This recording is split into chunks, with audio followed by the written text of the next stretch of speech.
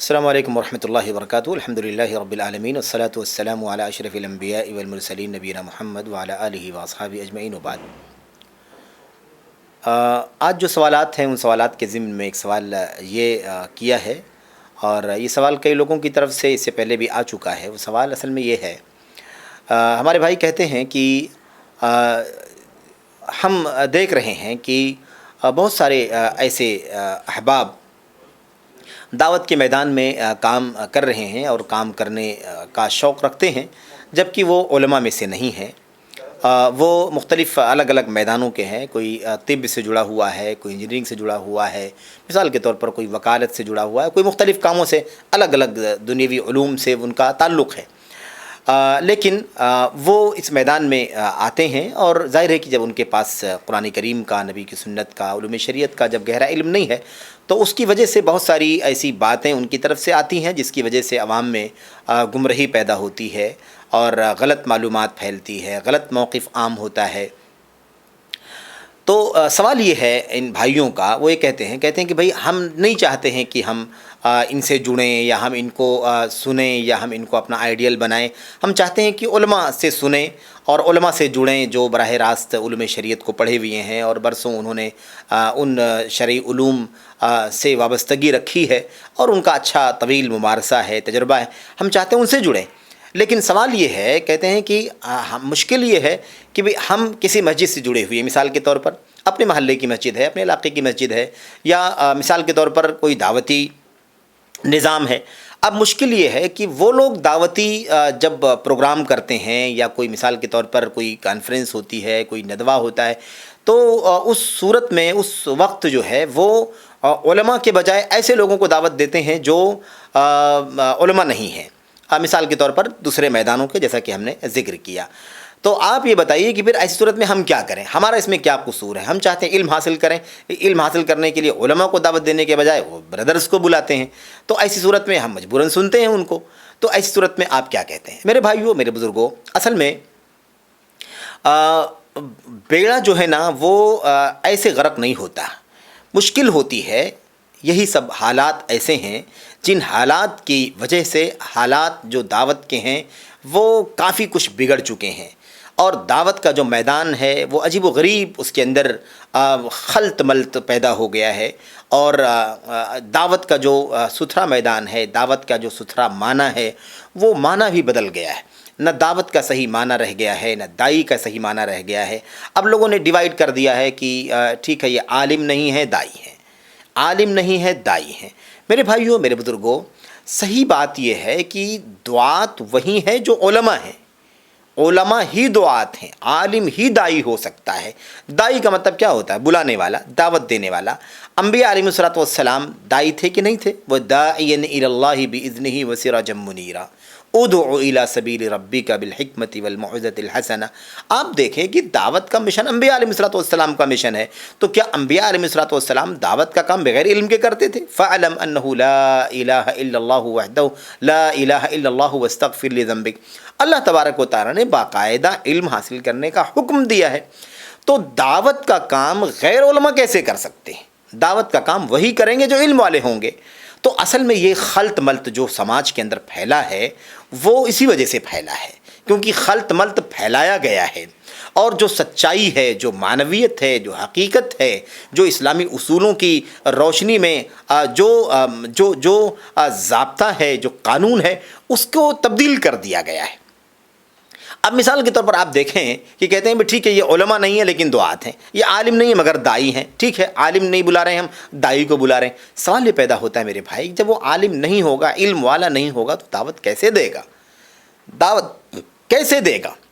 اب آپ سوچئے کہ اس قدر الجھن عوام الناس کے یہاں پھیل رہی ہے کہ ہم کہاں جائیں، ہم کیا کریں؟ ہم چاہتے ہیں علماء سے جڑیں، لیکن مسئلہ ہے کہ ہمارے محلے کی مسجد میں، ہمارے یہاں کے لوگ جو ہیں وہ علماء کو بلانے کے بجائے جلسوں میں، کانفرنسوں میں، پروگراموں میں، ہفتہ واری، ماہانہ، سالانہ کے اندر ایسے لوگوں کو بلاتے ہیں جو علماء نہیں ہیں، اور ہم الجھن میں پڑ جاتے ہیں۔ آپ بتائیے کہ ہم کیا کریں؟